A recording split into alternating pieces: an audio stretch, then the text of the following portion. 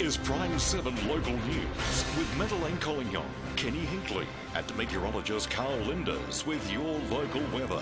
Now, PRIME7 Local News at 6. Tonight, $7 billion for Sydney, a $135 million black hole for the border.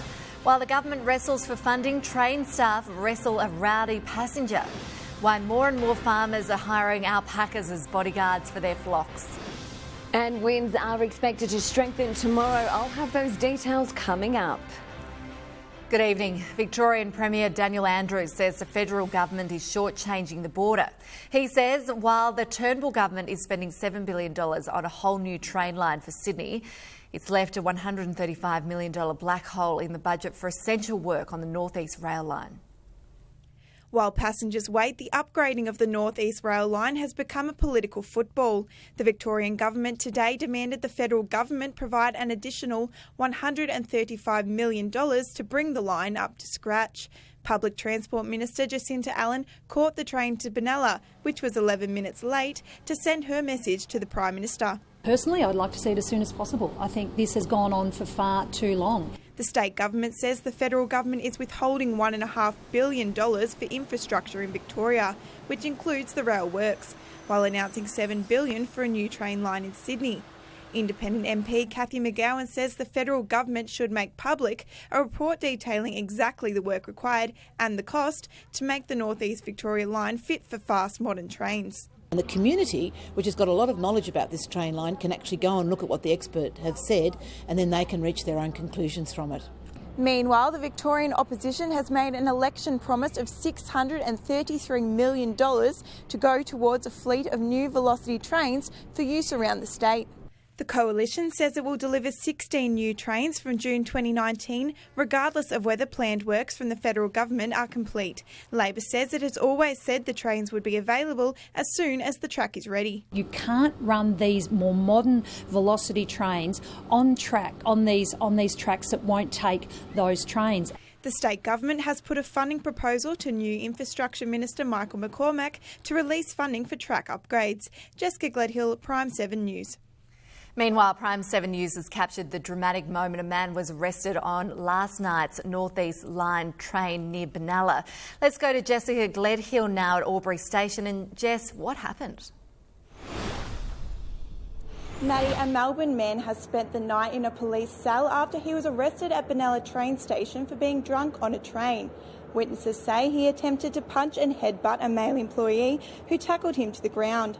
Staff were earlier alerted to a teenage girl in distress after the man allegedly made rude gestures to the 15-year-old. He was restrained by staff and became violent. You know what that's going to do to you? So shut up and sit down. You're making it worse.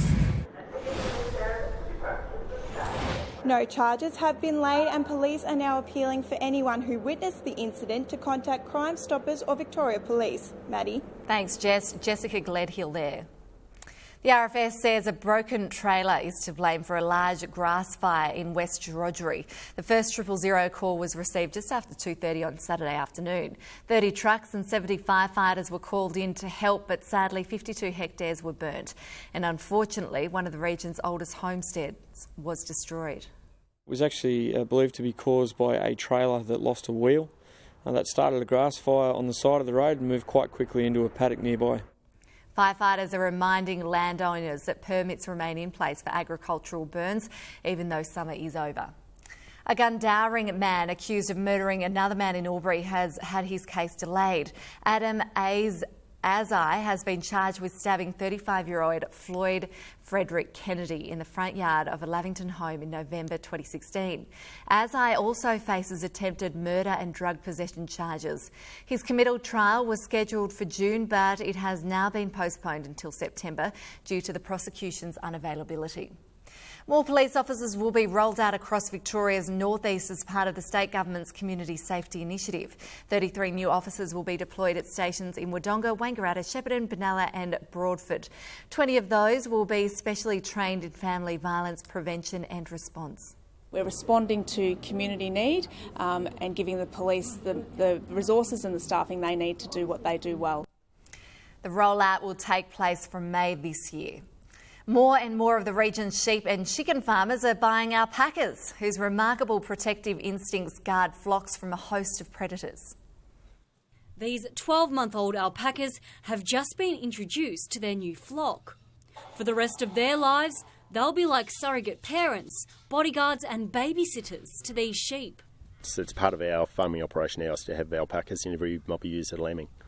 Alpacas form a close bond with their paddock mates, to the point where they'll protect them with their lives. That's a godsend for farmers whose flocks can be decimated by foxes and wild dogs. We had an occasion where we had 2 white dogs get into a paddock and they had got right up to the sheep and started chasing the sheep. The alpacas got between the dogs. One alpaca took the sheep across one side of the paddock. The other alpaca took the 2 dogs across to the other side, and when we got there, he had them right in the corner and he was starting getting into striking mode. And when they strike, they just get the 2 claws and they'll just basically strike them straight down the back line and make a fair mess of them. Alpacas have incredible eyesight and react immediately to something unusual or when they sense danger. Martin Solsky runs 1,200 ewes on his 1,200-acre property. He's a 4th-generation sheep farmer and the first in the family to use alpacas as herd minders. From what we lose from lambing to lamb marking time is only around about the 3.5% to 4.5%. So, yeah, I believe the alpacas have been doing the job. It's an alpaca's inquisitive nature that makes them such great herd minders. Alpacas can protect sheep from foxes, dogs, crows, eagles and even snakes. Alpaca farmers say with lamb and wool prices skyrocketing, alpacas are worth their weight in wool. They're realising the value. Only need to save a couple of lambs and you've paid for your alpaca, and it's a lifetime thing. You've got them for 25 years protecting your herds. Alpacas are relatively low maintenance. They don't need to be drenched and don't get lice or foot rot. Besides shearing, all they need is love. Eleanor Bone, PRIME7 News. Well, it's time now for a quick check of the weather with Liz Gwyd. And Liz, it was quite a lovely day around the region today. It's a beautiful day to kick off the working week, Maddie. Hello everyone. It was cloudy and dry right across the region today. There were some patches of sunshine in the afternoon though. Now that is due to this high pressure system currently dominating the weather in our part of the world. It is, however, a very different story in those parts of northeastern New South Wales who are experiencing some really heavy downpours as storms roll on through. Now, it was a cooler start in some areas this morning, temperatures dropping to a low of 10 degrees in Wangaratta before a top of 28. Elsewhere, it was a top of 28 in Rutherglen and 29 was the top in Albury. Now, temperatures will be staying really comfortable overnight for the next 3 days and it will be quite pleasant during the day as well. So, Maddie, more details straight after sport. Looking forward to it. Thanks. See you shortly. Still to come in PRIME7 News, our new Deputy Prime Minister like you've never seen him before, and a star of the iconic film Gallipoli performing on the border.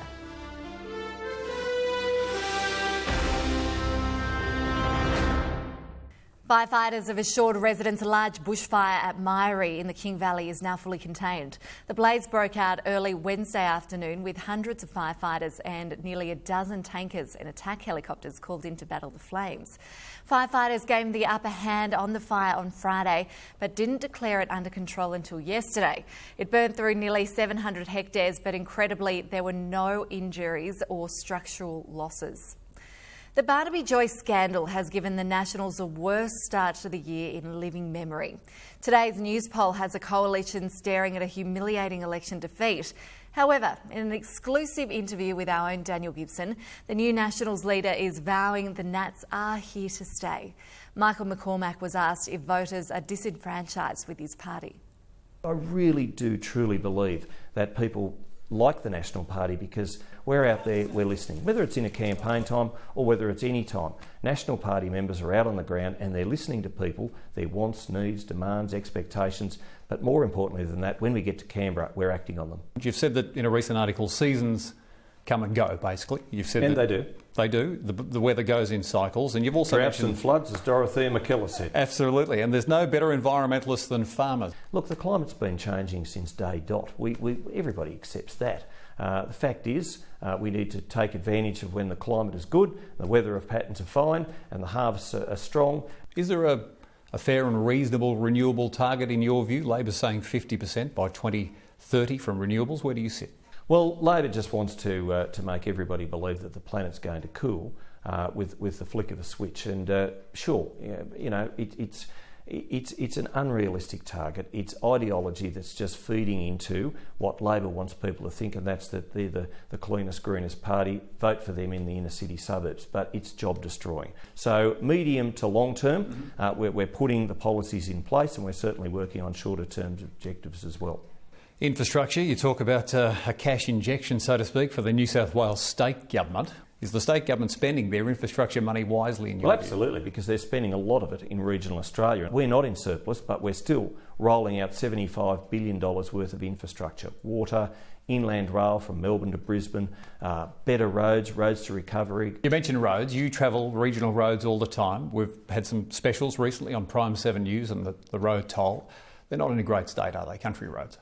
And that's why it's so important for the New South Wales government, in conjunction with the federal Liberal Nationals government, to spend more money regionally. And that's what we're doing. And whether it's New South Wales or whether it's the beef roads or Warrego, Bruce highways, you look wherever you look. Do you think they're safe though for mum and dads who are? Well, we can always do better. And certainly as the new infrastructure and transport minister, I'm delighted I've got a portfolio that I can make a difference there.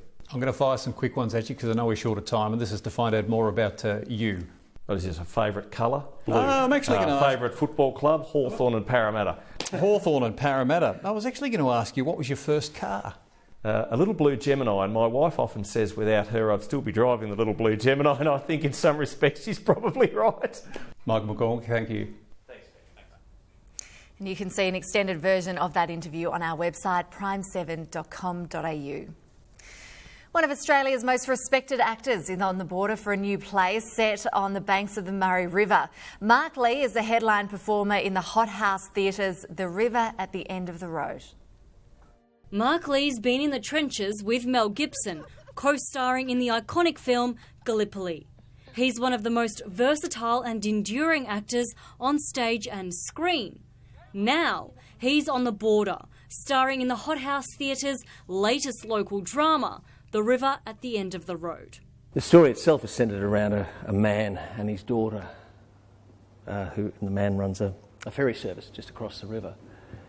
And his daughter she feels trapped by this situation. The mother's out of the picture. The play centres on the Murray River. It's about relationships, grief and loss.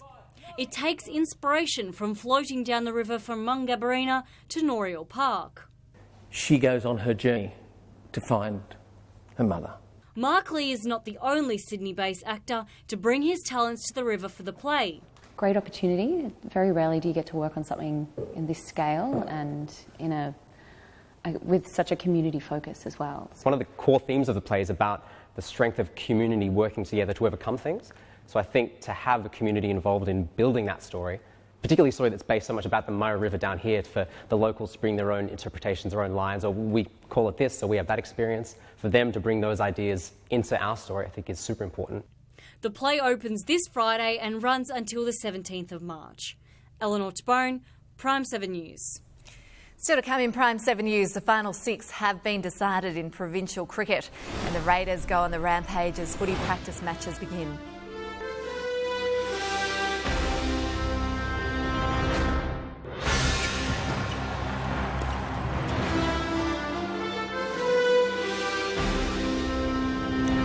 The Super 6 has been decided for this year's cricket Albury-Wodonga provincial finals, with New City managing to hold off the Panthers to claim the final spot in the postseason. Hoping not to rely on other results, New City tried to dig in against the Panthers. Resuming at 4 for 69, New City added another 60 before Will Herriot gave the Panthers a chance of victory with 2 for 10. The Panthers, however, come up short at 4 for 97, the game ending in a draw. Over at Alexandra Park, it was wet weather one week and a lost ball the next. When play resumed, Tallangatta tuned up for finals with a solid 240 on the board, reminding the competition they will be dangerous over the next 3 weeks. East Albury was just able to hang on for a draw, posting 7 for 116 in reply. St Pat's turned it on against Belvoir to just miss finals action by 1 point, picking up the final wicket of Matt Yench to have Belvoir dismissed for 209. St Pat's making 5 for 268. In other matches, Ben Paddle made an unbeaten century in the Hoppers' resounding victory against Wodonga, while Albury, as expected, had no issues against the Raiders. So, week 1 of the finals looks like this. North Albury replaced Tallangatta in third and will now host them in week 1. Lavington meet New City again, this time at Lavington. And Wodonga are at home to East Albury. Stephen Murphy, PRIME7 News. The Wodonga Raiders and Myrtleford have both recorded impressive wins in the opening weekend of the O&M practice matches. The Raiders in particular making a big pre-season statement. The Raiders have given supporters plenty to look forward to with a clinical performance against North Albury at Sandy Creek on Saturday. The Raiders dominated the contest, racking up a 101-point win while ticking off on some key areas in their preparation. Mainly just to go out there and use the ball really well and play on and have it open, free-flowing type of contest, which was really good. Yeah, the boys did that well, and as the game went on, we sort of got into our groove and played really well. Both sides gave their young talent a chance to shine, and the Raiders' young guns did exactly that. New recruit Sam Stubbs impressing the coaching staff less than a month out from round 1. Young Stubbsy come down at full forward and played really well and looked really dangerous. Jared Ardern looked really dangerous around goal as well. He probably had 5 or 6 shots on goal. So them two really put their hand up as well. Wangaratta had the measure of Wodonga at Wodonga Secondary College in both clubs' first pre-season hit-out. The game was initially planned for 6 quarters but was cut back to 4 20-minute quarters due to the heat. Premiership winning coach Dean Stone taking plenty of positives from the match. We only had 7 of our premiership side play and they only played either a half or 3 quarters. So some really good pleasing signs for our first hit out. A little bit rusty, but no, some good signs. Coralligan coach Mark Arman says he was encouraged by his young side's display despite going down to Hume League club Gingera. Yarrawonga played 2 full games against West Coburg despite missing 21 of the senior listed players. And Myrtleford had a 9-goal win against Goulburn Valley 2017 premiers Kyabram. Stephen Murphy, PRIME7 News. Albury's David Reynolds has finished second in race 2 at the Adelaide 500. Reynolds left the second and final pit stop in the lead and was left to rue what could have been after being passed by eventual winner Shane van Gisbergen, who recorded his 4th straight win. Oh yeah, I'm killing myself, but that guy was pretty good at this track, so I didn't expect myself to be that fast, to be fair, but my car was working really well. Brad Jones Racing, Tim Slade and Nick Percat finished race 2 in the 11th and 15th places respectively. Murray United have gone down to Dandenong City 4-2 at home on Saturday. United started the game well with Gonzalo Freddy and Tom Morrison scoring in the first half as United led 2-1 at half-time. It was short-lived, however, with Dandenong City putting 3 second-half goals in the back of the net to hand United a 2-4 defeat. The New South Wales water ski titles have been hailed a huge success by organisers after the weekend's event at the Water Parklands. Many local skiers performed well, including the Finnimore family, with David and Therese Finnimore winning gold in the men's and women's, while their son Reese took silver in one of the races, and tricks as well, and Daniel gold in the boys' tricks. The 2018 MTBA Downhill and Trails National Championships have been held in Bright over the weekend, with around 300 riders contesting the event. Adelaide's Troy Brosnan and Tracy Hanna from Cairns took out the Elite Championships, with Hanna notching a 10th Australian Downhill Championship win. Don't go anywhere. Still to come in PRIME7 News, Liz is back with your local weather forecast.